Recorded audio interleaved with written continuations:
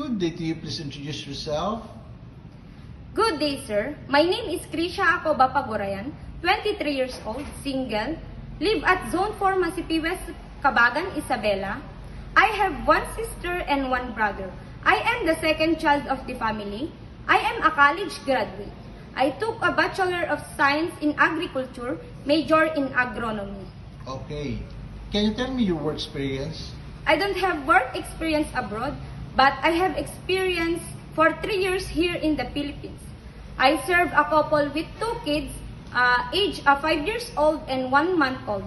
My duties and responsibilities are as helper are doing households like cleaning, wash the dishes, washing clothes, and especially taking good care of the children.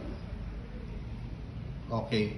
In your previous employer, how would you take care of the children, especially when sick? If the baby is sick, I will check their temperature and tell my employer immediately. Okay. How would you describe yourself? I am a hardworking, responsible, and very active person. Do you have any tattoo? No, sir. Do you have surgery or serious sickness before? No, sir. Do you have an allergy to certain food? No, sir. Do you smoke and drink alcohol? No, sir. Why do you want to work abroad? I want to work abroad to help my family for their financial needs and also for my financially stable in the future. Okay. If you get hired, who will take over your responsibilities at home? My family. If you're homesick, what would you do? I will focus my work and remind myself I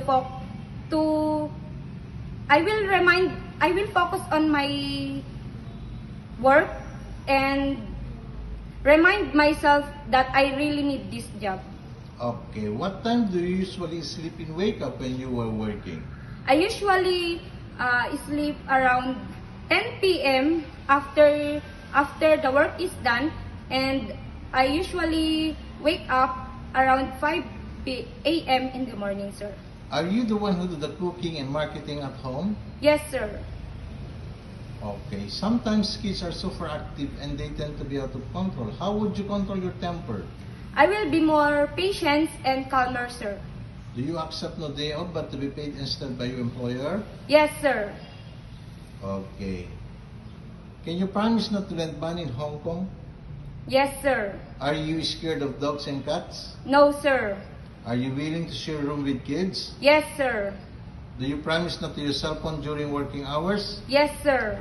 Do you promise to finish your contract? Yes, sir. Can you cook Chinese food? No, sir. But I'm willing to learn, sir. Can you sing a nursery song? Yes, sir. Sing it. The wheels on the bus go round and round, round and round, round and round. The wheels on the bus go round and round, all through the town. Okay. What is your message to your future employer? Mom, sir, if you hire me, I will learn everything. I will promise to serve your family with all my best. Thank you.